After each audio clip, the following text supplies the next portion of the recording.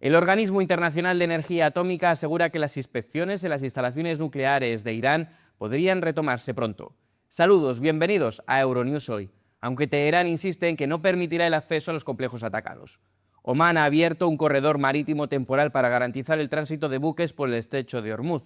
Continúan las negociaciones entre Líbano e Israel en Washington, según el presidente libanés, sobre la base de la retirada de las tropas israelíes, el despliegue del ejército del país y la puesta en marcha de unas denominadas zonas piloto. Ucrania asegura haber golpeado esta madrugada varias instalaciones militares rusas en Crimea, incluida una subestación eléctrica en Sebastopol. En España, Pedro Sánchez ha defendido en el Congreso la actuación del Gobierno y del PSOE. El presidente asegura que nunca ha conocido irregularidades. Además, ha pedido a la justicia jugar limpio. Considera que con su esposa se han sobrepasado los límites. Además, un nuevo informe policial apunta a una supuesta labor de intermediación del expresidente José Luis Rodríguez Zapatero en Bolivia. Y en el último día de la ola de calor, la entrada de aire más frío provocará mañana un notable descenso de las temperaturas. Vamos con la actualidad del día. La reciente disputa pública entre el presidente polaco Karol Nawrocki y su homólogo ucraniano Volodymyr Zelensky socava la unidad política y beneficia a Rusia. Así lo advierte la Comisión Europea ante la escalada de tensiones.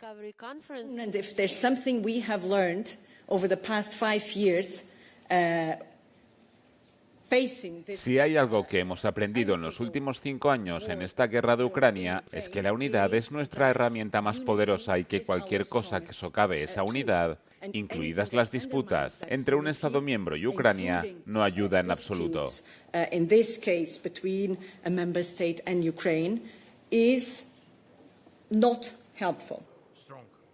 Las tensiones entre Varsovia y Kiev aumentaron a finales de mayo después de que Zelensky bautizara una unidad militar con el nombre del Ejército Insurgente Ucraniano, UPA, una formación considerada heroica en Ucrania, pero vinculada en Polonia a la muerte de unos 100.000 civiles durante la Segunda Guerra Mundial. En respuesta, el presidente polaco Karol Nawrocki anunció la retirada a Zelensky de la Orden del Águila Blanca, la máxima distinción del país. Zelensky ha asegurado que no acudirá a la conferencia para la reconstrucción de Ucrania en la ciudad de Dansk, una ausencia particularmente sonada en esta cita anual que tiene como objetivo movilizar inversiones y en la que participan mandatarios y dirigentes de centenares de países, instituciones y empresas. Funcionarios de la Comisión Europea y de 15 Estados miembros se reunieron discretamente el martes en Bruselas con una delegación talibán con el fin de acelerar la deportación de migrantes afganos. Los países europeos a menudo no pueden repatriar a estas personas ya que las autoridades afganas no las aceptan de vuelta.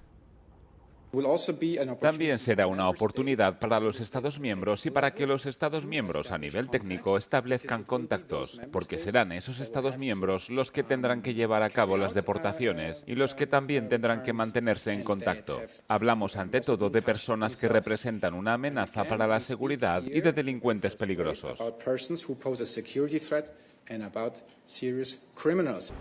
Activistas de la ONG de Derechos Humanos Amnistía Internacional desplegaron una pancarta con el lema Vergüenza frente a la Comisión Europea en Bruselas.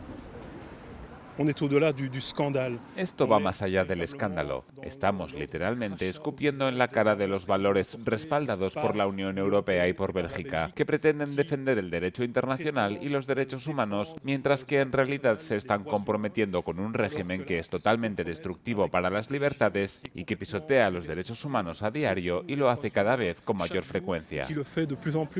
Bélgica subrayó que la concesión de visados a la delegación no implica el reconocimiento de los talibanes.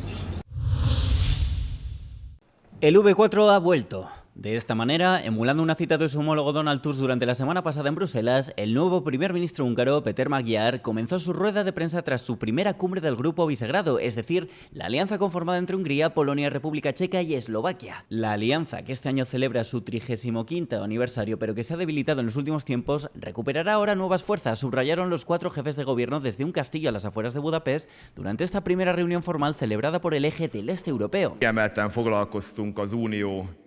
Nos hemos centrado en el próximo presupuesto de la Unión Europea para los próximos 7 años.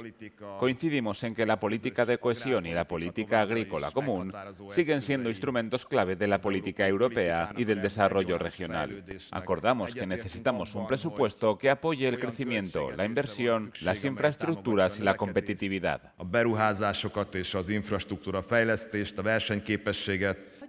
Eslovaquia relevará a Hungría en la presidencia del Grupo de Visegrado este julio. Éramos muy fuertes y queremos volver a serlo. Los 4 países aspiran a tener una mayor influencia en la toma de decisiones europeas. La presidencia eslovaca llega en un momento difícil. Quizás sea posible celebrar reuniones periódicas antes de las cumbres plenarias del Consejo Europeo. A možno neformálne stretnutie, ktoré sme mali pred plenárnym zasadnutím, ukázalo, Magyar y Robert Fico, el ultraderechista primer ministro eslovaco, no consiguieron llegar a ningún acuerdo respecto a los decretos de Beneš, una serie de controversias legales respecto a la minoría húngara en la antigua Checoslovaquia tras la Segunda Guerra Mundial. El primer ministro húngaro hizo hincapié en que si hacen bien su trabajo, este periodo será recordado como una época en la que los países de la región reconocieron su fortaleza y de forma conjunta forjaron el futuro de Europa. La Comisión de Asuntos Económicos y Monetarios de la Eurocámara aprobó este martes el esperado euro digital, con el que la Unión Europea aspira a ganar autonomía frente a las redes de pago estadounidenses. El Banco Central Europeo estima que Visa y Mastercard procesan el 61% de los pagos con tarjeta en la eurozona, además de controlar casi por completo las transacciones entre países. En un contexto de crecientes tensiones geopolíticas, el euro digital estará respaldado por el Banco Central Europeo y se concibe como un complemento al efectivo, no como un sustituto. La moneda se guardará en una cartera digital que permitirá operar tanto con conexión como sin ella e incorporará mecanismos para proteger la identidad de los usuarios. Mientras la UE busca cerrar el acuerdo definitivo sobre el euro digital antes de final de año, otras potencias siguen estrategias diferentes. China ya ha implantado el yuan digital, Rusia prepara el rublo digital y Estados Unidos apuesta por las stablecoins privadas en lugar de una moneda digital oficial. El exdirector ejecutivo del Partido Nacional Escocés y exmarido de la ex primera ministra de Escocia, Nicola Sturgeon, Peter Murrell, ha sido condenado a 5 años y 3 meses de cárcel. El hombre de 61 años fue declarado culpable en mayo de malversar más de 400.000 libras esterlinas, unos 464.000 euros, de fondos del partido. Si hubiera sido declarado culpable de este cargo tras el juicio, le habría impuesto una pena de 7 años de prisión. Habiendo declarado su culpabilidad en la audiencia preliminar, le impongo una pena de 5 años y 3 meses de prisión. Esta pena se aplicará retroactivamente al 25 de mayo de 2026, fecha en que ingresó por primera vez en prisión preventiva. Entre sus compras se incluyen 2 relojes de lujo, una cafetera, artículos de Montblanc y una autocaravana. La policía recibió una denuncia por posible mala gestión de las finanzas del partido en 2021. Los agentes registraron el domicilio de Murrell en 2023 y lo arrestaron. Murrell fue director ejecutivo del S&P desde 2001 hasta 2023. La policía escocesa afirmó que la sentencia demostraba que quienes infrinjan la ley no escaparán a la justicia, independientemente de su notoriedad o cargo.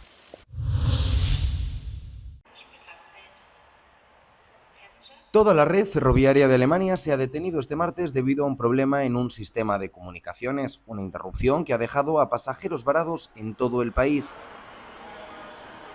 Los trenes quedaron retenidos en las estaciones mientras los viajeros hacían largas colas en los mostradores de información intentando averiguar cómo llegar a sus destinos. Nada más llegar aquí vimos un montón de caras tristes y un cartel que ponía algo completamente en alemán. No había información, solo dicen algo así como, oh, por favor, tienes que esperar, espera, espera, espera. Y aquí estamos, esperando. Casi 2 horas y media después de informar por primera vez de la avería, la principal operadora ferroviaria de Alemania aseguraba que el problema se había resuelto. La compañía afirmó que había sido un problema a nivel nacional en su sistema de comunicaciones, el mismo que se utiliza para la comunicación interna en la red ferroviaria. Como compensación, la operadora ha asegurado que ofrecerá vales de taxi y hotel a todos los pasajeros afectados. Un incendio declarado este martes en el rascacielos de Moeve, en el complejo de las Cuatro Torres de Madrid, ha obligado a desalojar el edificio y ha generado una gran columna de humo visible desde varios puntos de la capital. Según fuentes del ayuntamiento, las llamas se originaron en torno a las 5 de la tarde en la planta 25 del edificio. Esto ha activado de forma inmediata el protocolo de evacuación. Los bomberos se desplazaron rápidamente hasta la zona para intentar controlar las llamas. El SAMUR atendió a 2 personas por inhalación leve de humo y además 3 personas con movilidad reducida quedaron inicialmente atrapadas en una zona de seguridad de la planta 26 debido a la humareda. La policía desplegó drones para apoyar en las tareas de emergencia. El edificio forma parte del complejo de las Cuatro Torres, uno de los principales centros de negocios de la capital. No se registraron heridos graves, aunque el incendio generó momentos de preocupación en la zona norte de la ciudad. Playas cerradas, alertas sanitarias, comienza el verano. La proliferación de la bacteria Vibrio, conocida como la bacteria carnívora, porque puede provocar graves infecciones y destruir tejidos, preocupa ya en distintos puntos del litoral europeo. Los expertos alertan de que el calentamiento del mar está favoreciendo su expansión. Mientras el verano arranca, como cada año, con millones de turistas soñando con el mar, los países del Mediterráneo se mantienen en alerta debido a la proliferación de bacterias en el agua.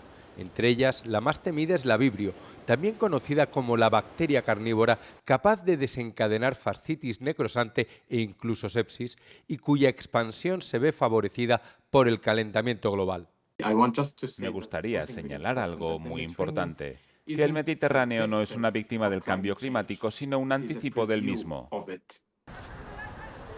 El fenómeno se repite en distintos puntos del litoral europeo, donde el aumento de la temperatura del agua, la menor salinidad en zonas costeras y la presión turística crean un entorno favorable para estas bacterias. El riesgo no es solo sanitario, también económico. El cierre de las playas en plena temporada alta impacta directamente en el turismo, uno de los motores clave de la región mediterránea. En nuestras costas, el litoral no es parte de la economía, es la economía. Los expertos advierten de que estos episodios podrían intensificarse en los próximos veranos si continúa el calentamiento del mar, convirtiendo el litoral europeo en uno de los principales indicadores del cambio climático en tiempo real.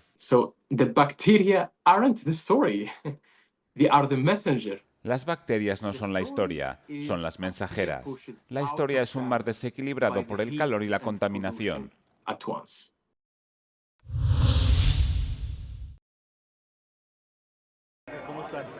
Tras la victoria electoral de Abelardo de la Espriella, Colombia comienza una nueva etapa política.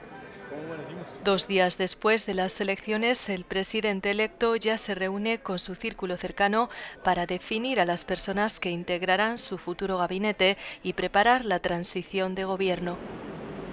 En las calles, muchos esperan que las promesas de campaña se traduzcan en resultados concretos. Pues esperemos que ese gobierno de verdad aporte en este tema, que siga luchando en favor de los menos favorecidos. Yo le pido a nuestro Señor que lo ilumine, al Espíritu Santo, y que lleve a cabo todo lo que dijo anoche, todo lo que va a hacer por el pueblo. El escrutinio oficial sigue confirmando el resultado anunciado la noche electoral, mientras las autoridades electorales continúan revisando las reclamaciones presentadas por las campañas. El presidente electo avanza en la formación del equipo que lo acompañará en el gobierno. Con el resultado cada vez más consolidado, la atención se centra ahora en los nombres que acompañarán a De la Espriella en su llegada al poder. Estas 2 ballenas abatidas frente a las costas de Islandia han sido trasladadas a tierra tras la reanudación de la caza comercial, que ha puesto fin a una pausa de 2 años. Son las primeras capturas desde 2023. La caza de estos rorcuales comunes, ocurrida durante la noche del domingo, se produjo apenas 2 días después del reinicio de esta actividad. Antes de la salida del barco, un manifestante se encadenó al mástil de uno de los buques en el puerto de Reykjavik, aunque finalmente fue retirado por la policía. Islandia, Noruega y Japón son los únicos 3 países que aún permiten abiertamente la caza de ballenas, una práctica criticada por organizaciones de defensa animal y sectores de la comunidad internacional. Islandia suspendió esta actividad durante los 2 últimos años por la caída de la demanda y la falta de rentabilidad del sector. En el último partido de la segunda ronda de la fase de grupos del Mundial, el veterano delantero portugués Cristiano Ronaldo lideró a su selección en una contundente victoria por 5-0 sobre Uzbekistán, anotando 2 goles tras un decepcionante empate 1-1 con la República Democrática del Congo en su primer partido del torneo. Ronaldo marcó en el minuto 6 y nuevamente en el 39. También tuvo una oportunidad al inicio de la segunda mitad y otra en los últimos instantes del tiempo de descuento para completar un hat-trick, pero no logró concretarla. La estrella del PSG, Nuno Mendes, anotó con un tiro libre magistralmente ejecutado y el delantero del Milán, Rafael Leao, también contribuyó al resultado luso con un disparo a la escuadra izquierda. Mientras tanto, Inglaterra fue sorprendida por una muy resistente selección ganesa, empatando 0-0 en su segundo partido en Boston. Los ingleses no lograron marcar a pesar de registrar hasta 19 disparos a puerta durante el partido y mantener una posición cercana al 80%. Ahora se enfrentan a Panamá en su próximo y último partido de la fase de grupos, donde buscarán asegurar su clasificación para los octavos de final. Croacia, que sufrió una derrota por 4-2 ante Inglaterra en su primer partido, tuvo dificultades para superar a Panamá, que mantuvo una formación defensiva compacta durante la mayor parte del encuentro sin dejar espacios para el ataque. Sin embargo, Ante Budimir abrió el marcador al rematar un centro excepcional a la red vacía en el minuto 54. En el último partido, Colombia luchó con ahínco para conseguir su segunda victoria en 2 encuentros, superando por la mínima a la RDC gracias a un gol de Daniel Muñoz en los últimos minutos del segundo tiempo. El equipo ahora lidera el grupo K, donde se prepara para enfrentarse a Portugal, que también lucha por asegurar su lugar en los octavos de final. ¿Se volverían a unir los británicos a la Unión Europea si pudieran? 10 años después de uno de los referéndums más trascendentales de la historia de Europa, Reino Unido sigue atormentado por un dilema shakespeariano: ¿volver o no volver? En 2016, la respuesta fue un sí impactante y tal vez irreversible, pero en 2026 el panorama es un poco distinto. La Unión Europea y Reino Unido se están acercando de nuevo poco a poco. Por ejemplo, los estudiantes británicos se reincorporarán al programa de intercambio Erasmus Plus en 2027. Los científicos británicos también vuelven a Copernicus, el programa de observación de la Tierra, y también pueden solicitar subvenciones a través de Horizonte Europa. También se están produciendo cambios fuera de la burbuja institucional. Hace 10 años el 52% votó a favor de salir de la Unión Europea, pero hoy las tornas han cambiado. Según una encuesta, el 53% quiere que Reino Unido vuelva a la Unión y el 37% apoya firmemente esta medida. El movimiento a favor de reincorporarse parece predominar ahora, en parte porque el 23% de quienes votaron a favor de la salida han cambiado de opinión. Pero las próximas elecciones de Reino Unido podrían volver a frustrar las esperanzas de la Unión Europea. Reform, el partido de ultraderecha populista liderado por Nigel Farage, lidera de forma contundente y constante en las encuestas. Y no, la mayoría de sus votantes no han cambiado de opinión sobre el Brexit. De hecho, la mayoría de ellos querría alejarse aún más de la Unión Europea.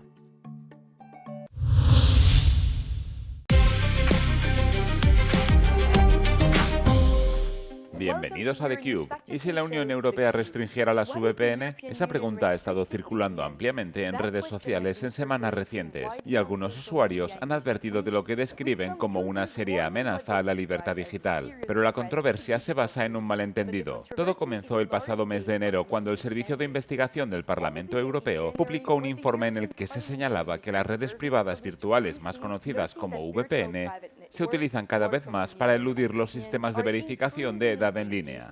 Técnicamente hablando, las VPN pueden ayudar a los usuarios a eludir ciertas restricciones en línea. También pueden ocultar la dirección IP del usuario y hacer que parezca como si se estuviera conectando desde otro país, lo que podría permitir a los menores eludir las restricciones de edad nacionales.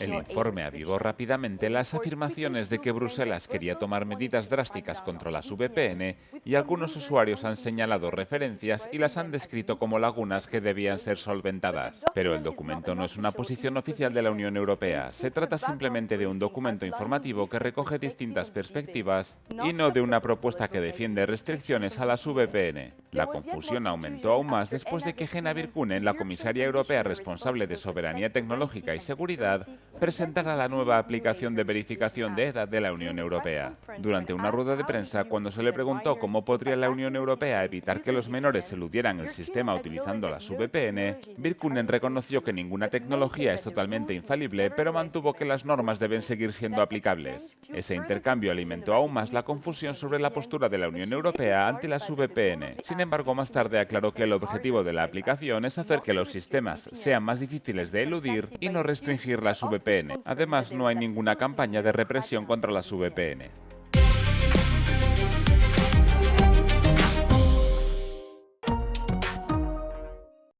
Hasta aquí el informativo de este miércoles. Gracias por seguirnos y por todos los me gusta que nos dejan. Se quedan con el tiempo y el no comen del día, en el que verán imágenes que contrastan con la ola de calor que vive Europa. Son las inundaciones que vive la India. Buenos días, buenas tardes, buenas noches. Euronews, el tiempo.